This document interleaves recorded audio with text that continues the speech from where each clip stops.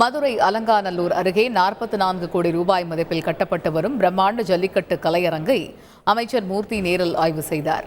பின்பு செய்தியாளர்களிடம் பேசிய அவர், தற்பொழுது 95% கட்டுமான பணிகள் முடிவடைந்துள்ளதாகவும் முதலமைச்சர் ஸ்டாலின் விரைவில் திறந்து வைப்பார் எனவும் தெரிவித்தார். மேலும் கிரிக்கெட் ஸ்டேடியம் போல அனைத்து வசதிகளுடன் ஜல்லிக்கட்டு கலையரங்கம் கட்டப்பட்டு வருவதாகவும் தெரிவித்தார். ஜல்லிக்கட்டினுடைய ஸ்டேடியம் மற்றும் அங்கு வரக்கூடிய சாலைகள் 95% பணி முடிவுற்றது.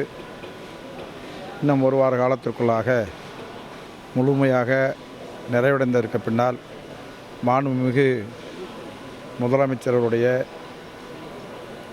அனுமதியை பெற்று அவர்களுடைய தலைமையிலே இந்த விளையாட்டு அரங்கம் திறக்க உள்ளது என்பதனை தெரிவித்துக் கொள்கிறோம். இதுவரை எங்கேயுமே இல்லாத அளவிற்கு ஒரு கிரிக்கெட் ஸ்டேடியத்தை போல எல்லா பார்க்கக்கூடிய பார்வையாளர்கள் எல்லோரும் அமர்ந்து பார்க்கக்கூடிய அத்தனை வசதிகளையும் இங்கே செய்திருக்கிறார்கள். செய்திகளை உடனுக்குடன் தெரிந்து கொள்ள உடனே சப்ஸ்கிரைப் பண்ணுங்க.